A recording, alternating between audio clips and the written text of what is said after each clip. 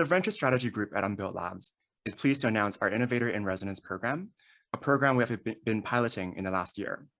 As part of the IIR program, we are offering 5 places for executives working on new ventures and solutions-oriented research organizations in line with CGA's high-level recommendations and global strategy.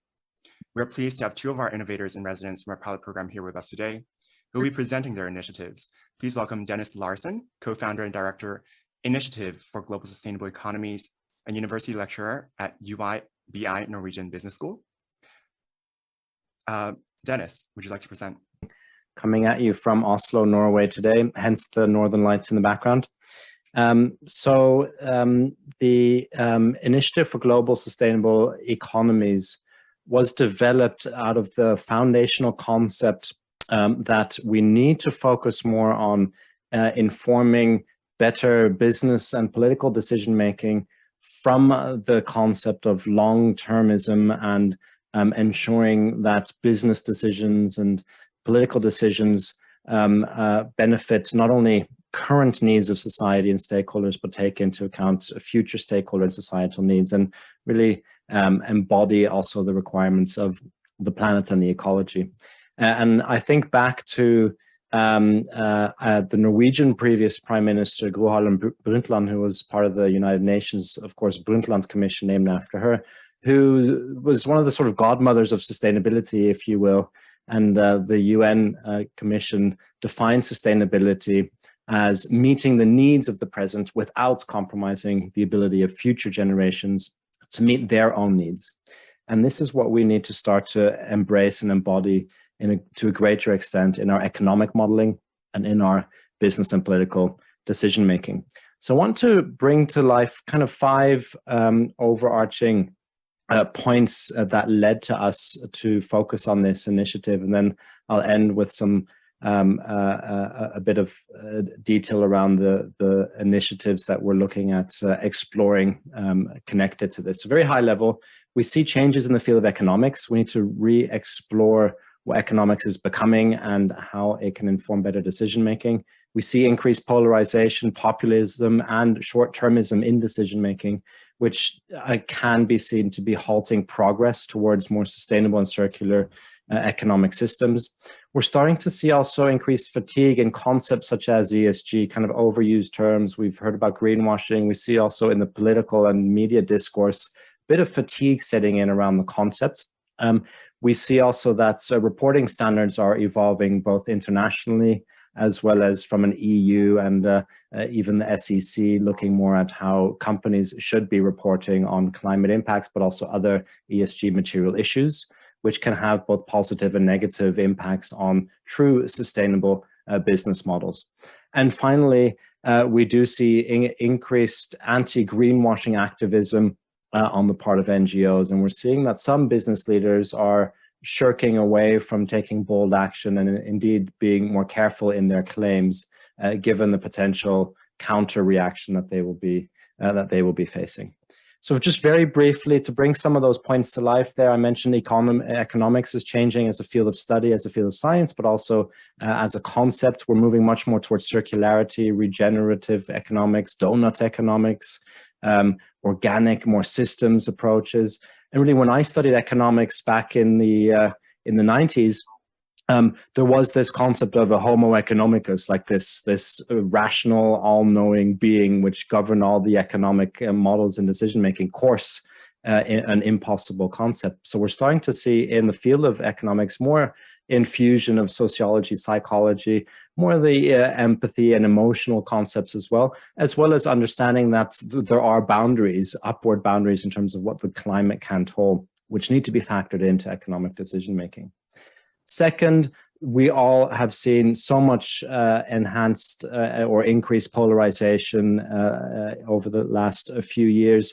We started studying this from a language and communication perspective to see what are some of the terms, what are some of the concepts that can work better to frame the discussion around environmental recycling and global warming, as opposed to the phrase, climate change. And we did some research in the States and started looking at what will then work to bridge the divide, also politically, and in various aspects of society to foster more common purpose and attention on this extremely important topic. And we found some interesting results, highlights here, moving towards concepts such as reuse, repurpose, recycle, focusing on a future environment for all, as opposed to the term climate change, which can in itself be seen to be polarizing in the States. And we're looking at enhancing this research from a global perspective as well. Third point, as I mentioned, ESG fatigue. We're seeing reporting from international news media being a little bit more cynical in the last quarter or so. We're seeing also investment in ESG funds having dropped significantly year on year, 60% drop compared to in Q1 of this year compared to last year.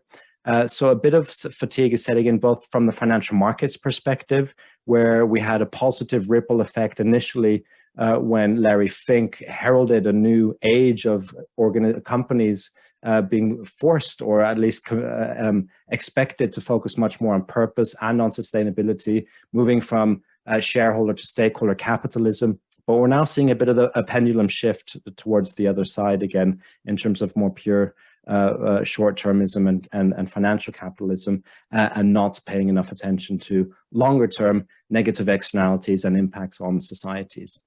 Regulation is changing, and we want to be part of this dialogue. There are currently consultations underway on the part of the EU with the Corporate Reporting, Sustainable Reporting Directive, which will include the ESRS, which is the European Sustainable Reporting Standards, which are starting to force or at least standardize how companies of a certain size are to report on issues that are deemed to be material, not only in terms of how they would impact the companies, but also how they would impact society. So that concept of double materiality is gaining traction, which offers great opportunities for companies to not only pick up the issues that are going to be most impactful to their future operating successes, but to start to communicate in a better and a more standardized way to their stakeholders how they are having a positive impact on important sustainability issues. Same is underway with the SEC, as well as the International Sustainable Accounting Standards Boards, all evolving and all meriting further attention on the part of civil society, NGOs, and think tanks. And we want to be part of that discussion. Finally, we're seeing, as I mentioned up front very briefly, that many business leaders are getting a little bit more risk averse. And there is goodness in this, but also a risk that they're not perhaps as willing to take bold moves, such as, for instance, Paul Pullman did at Unilever, to really herald a new era of integrating sustainability into their business models, given the current activist and regulatory climate, which is looking much more stringently at claims of greenwashing, rightly so. You see in this chart here from SigWatch that green marketing claims and greenwashing is the most active and most and highest priority issue across all NGOs and activists globally in aggregate, as well as one of the fastest growing issues over the past year. So we'll see more attention to come on that. So where does this leave us as a new initiative, which is a very young new initiative, but I'll just highlight here what we're starting to focus on. Our purpose is to help business leaders really understand what the issue landscape will be of the future and start to meet the desires and needs of future societies by embracing sustainability in their business models to a greater extent. Also enabling leaders and policymakers to set effective policies to help satisfy constituents, also by embracing sustainability to a greater extent, and then working with communities and NGOs on meaningful action. We have kind of three areas we're focusing on: research, dialogue, and activation. We did a bit of research already in the States, looking at language, as I mentioned, and looking at breaking through some of the polarization on climate change. We're looking at repeating that, but then tailoring it to other regions and doing global work. We've done some desk research on the future direction of sustainability and materiality. I mentioned briefly some of those concepts up front. And we're looking at setting up discussions, policy debates, bringing together captains of industry on singular specific issues to look at solutions, as well as bringing NGOs and activists together on certain topics. We're looking at putting together a launch event with multiple stakeholders in Iceland being one of the more circularly minded economies and more sustainability focused nations in Europe in the recent years. And finally, we're looking at developing tools, frameworks, toolkits for business leaders and leaders in policy, and quite open to all manner of partnerships. Very happy to be part of CGA and the group here today. I mentioned just briefly some of the fellowship opportunities that we have underway at the moment. We have one fellow who's working with us out of NYU, also with the Millennium Fellowship. We have some students from Washington University and other universities from Ivy League colleges supporting us in our desk research and publication work. So that's all starting to come to a point where we will be ready to be more visible externally.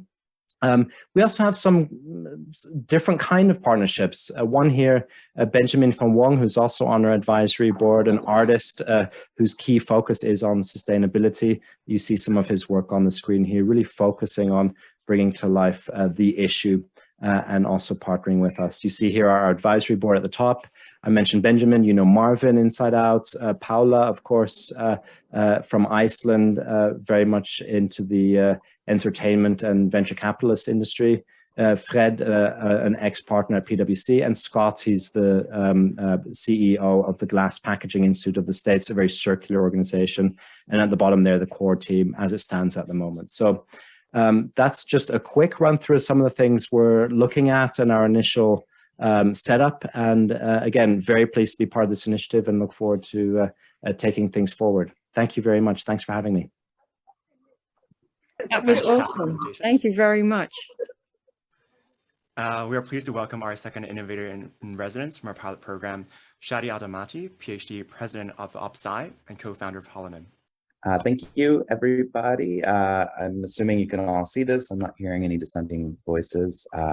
Yes, my name is Shady Damaty. I'm a neuroscientist. And over the past year, Marvin's been kind of watching a decentralized science movement. So I'm interested in where web native individuals and users that are scientists kind of meet research practices in academia and industry. So today I'll be speaking a little bit about infrastructure that we've been building for distributed research coordination, which is a very historically challenging problem. And I want you to put yourself in the shoes of perhaps an undergraduate. Perhaps they have a background in neuroscience and they might know a family member who's been diagnosed with Alzheimer's, and they decide, hey, I'm going to go to grad school and research this and perhaps have some impact since this is so close to me. If you load up the most kind of the widest reaching search engine for academic knowledge artifacts, dimensions.ai, and put in a search term like amyloid beta oligomers or perhaps just Alzheimer's disease, you're going to be completely overwhelmed with search results. It's very difficult to figure out where to get started and what an actual source of truth is. So it's quite clear that, we have tons of knowledge out there, but how much wisdom actually exists? And where can we actually identify that wisdom? And I believe that's, and it's been validated over time, that better coordination mechanisms are required for this information overload. So journals have been exceptionally important in the past for curating and helping us wade through this information overload. And they kind of sit at the middle of this cycle between funders and knowledge creators, where scientists are generating knowledge and submitting that to journals for dissemination by other scientists. And all the while, the journals are collecting metrics. They're seeing which scientists are working together, which ones are publishing together. Perhaps they're collecting other metrics like impact metrics or H indices that tell us a little bit about how scientists are using each other's work. So an important part of that are the scientists themselves, the experts, which are outsourced labor for the journals, and they're able to kind of go about and peer review each other's work, sit on the advisory boards, editorial boards. And in this way, you have this closed loop cycle where research evaluation relies on journals that produce metrics that are driven by business models based on knowledge curation that's done by experts that are not reimbursed or perhaps recognized for that work. So this system has worked for about the half century it's been in existence, but it's far from perfect. So here you're looking at a crystal structure of the amyloid beta 56 kilodalton protein, which in 2006 was identified, allegedly identified as a great perhaps target for drugs to basically address or treat cognitive decline associated with early onset Alzheimer's. So in rodent models, it was proposed that, hey, dementia-like symptoms seem to be related to the presence of this protein in large amounts in the brain. This was in 2006. And the team behind this was basically, accelerated into academic stardom and started receiving millions and millions of dollars of grants to further explore this drug and collect data that could be used for clinical trials and the creation of new medicines. So the PI behind this drug, Mr. Sylvain Lesne, if you look at the work that he's done, you would rate him with an H index or a metric that is typically correlated with those that are in national societies or perhaps tenure track faculties. This H index is absolutely through the roof because of the results of this work. But it wasn't until just about this last couple of months we've been tracking it all, the work with Alzheimer's disease or the controversy, that's the data that was underlying AB56, or amyloid beta 56, was completely falsified. And so you have to kind of ask yourself, is that the impact, the H index, is that really tracking the impact that we seek to see in the product of scientific research? And so you might ask yourself, well, why is this the case? How could it be that millions and millions and millions of dollars of taxpayer funding is channeled directly into falsified or non-reproducible science? If you dig up the numbers and actually look to see what the reproducibility rates are for scientific findings, they're pretty dismal. So about 10% of data collected by publicly funded research or taxpayer funded research in the US is published alongside the papers. And over 70% of researchers across fields, not just neuroscience, it's not a neuroscience thing, across physics, psychology, have trouble replicating these results. And lack of data, and also I think lack of coordination is to blame there. So, perhaps we can ask a follow-up question then. What does a scientific society configure around open science practice, right? Sharing data, sharing findings, and working collaboratively towards an end goal of actual impact in the world. What does that look like? And by configure, I mean, how do we create systems with mechanisms that drive behavior towards specific objectives, right? Such as reproducible practice or perhaps training. So we asked this question to about 700 members in our community. And these were the top, basically, requirements that scientists need to be able to do the work that they need, that they want to do, whether it's at an institution as an independent discoverer or independent investigator, or working in industry. Number one that pops up time and time again is low hassle funding. And that's followed really closely by recognition and compensation for the contributions that scientists perform, whether it's working for a journal or working in a lab or other types of collaborations.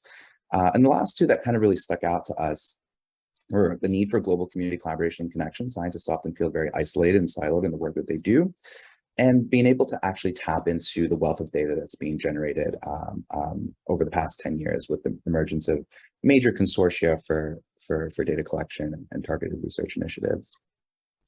So we took this at Opsci, and we put together an ecosystem that addresses each of these pain points. So how nice would it be, right, if we had a professional scientific society, an open science society that's built on critical things for digital native scientific research, such as proofs of scholarship, right? Proof that you've actually worked or peer reviewed or proposed a particular research project. Or how about proof of mentorship, right? Where a lot of the knowledge that we see in papers isn't really knowledge. That knowledge is actually locked up in the experts behind that paper. And the best way to communicate that knowledge is through mentorship. And lastly, replication.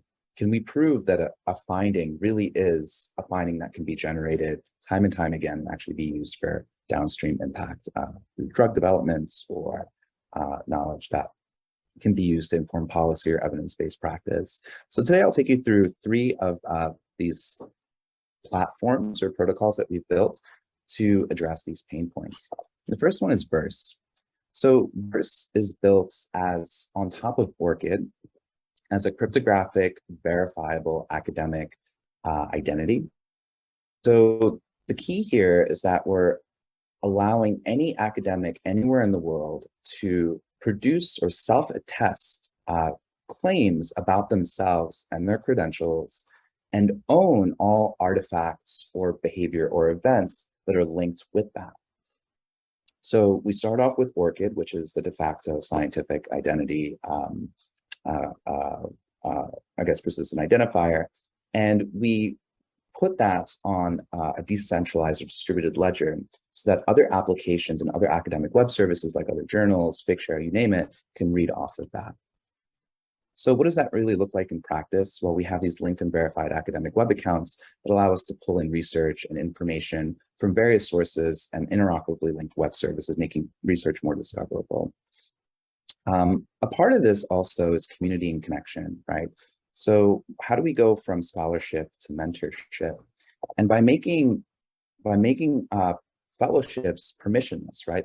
And the way that we've done this is by throwing up a GitHub repository with very constrained areas of research that anybody could go, follow the GitHub flow, treating fellowship the same way you would open source software, submitting a pull request, adding on to the Merkle tree or the history of knowledge that's been accumulated thus far, and being able to receive funding with enough community once you have it.